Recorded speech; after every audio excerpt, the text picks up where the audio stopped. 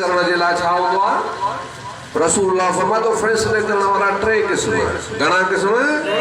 पर उन्हनि मां ॿ ॼणा उहे हूंदा आहिनि जहन्नमी हिकिड़ो जन्नती हूंदो आहे वर नबी से ये फरमातो जंहिंखे हकम ठाहियो जंहिंखे फैसले वारो ठाहियो वियो त उनखे मुॾी कातीअ सां ॼण त पुठियो वियो ॻाल्हि सम्झ में अचे थी या नथी अचे नबी करीम सल्लल्लाहु अलैहि वसल्लम खां पुछियो वियो या रसूलल्लाह या हबीब अल्लाह जेके फैसले करण वारा टे क़िस्म आहिनि ॿ जहन्नमी कहिड़ा आहिनि हिकिड़ो जन्नती कहिड़ो आहे रसूलुल्लाह फरमायो हिकिड़ो उहो फैसले करण वारो जंहिंखे फैसलो ॾाव बि न अचे पोइ बि फैसलो करे इहो जहन्नमी अथव फैसलो ॾाव ई कोन थो अचे पर पोइ बि जेकॾहिं फैसलो करे वॾे राय ॾेखारण जी कोशिशि करे त इहो जहन्नमी आहे ॿियो नबी करीम सल्लल्लाहु अलैहि वसल्लम फरमाईंदा उहो शख़्स जेको फैसलो ॼाणे पर ॼाण जे बावजूदि वांगार वही वञे नाहक जो फैसलो करे रसूलुल्लाह फरमाईंदा त उहो बि जहन्नमी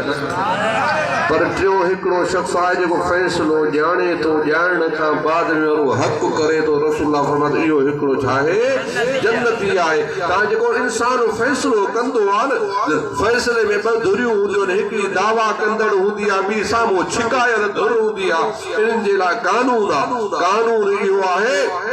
त जेको आहे जेको दावा करे थो जेको फरियाद खणी आयो आहे उनखे चइबो आहे फरियादी फरियाद जे लाइ को दलील त ॾे का शइ त ॾे न को तूं का क़िस्म जी का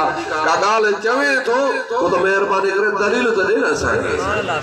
सुभाणे अल्लाह इहो कानून आम तरीक़े सां असां माण्हुनि खे ॿुधाईंदा रहंदा आहियूं फ़ैसलनि में ॻाल्हि कंदा रहंदा त बाबा हिन तरीक़े सां कोशिशि कंदा कयूं ॻाल्हि हलाईंदव त इंशाअल्लाह शरीयत जे मथां उहो तव्हांजो फ़ैसिलो हली हलंदो बहरहाल नबी करीम सल्लल्लाहु अलैहि वसल्लम जो फरमान मुताबिक़ त छा करिणो आहे फ़ैसिले करण में जेको फरियादी बणिजी अचे त उनखे छा चइबो आहे त दलील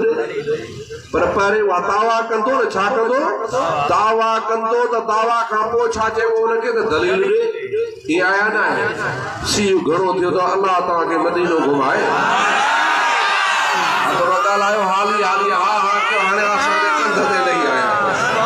महिरबानी कयो बहरहाल मां ॿुधाइण इहो थो चाहियां त रसूलुल्लाह जो फरमान आहे त जेको दावा कंदो आहे दलील उन खां वरितो वेंदो आहे अदा हिते अलाह रब्बुल इज़्ज़त दावा त कोन थो करे अलाह सां सिधो फरमातो मां तव्हां ॾे दलील मोकिलियो आहे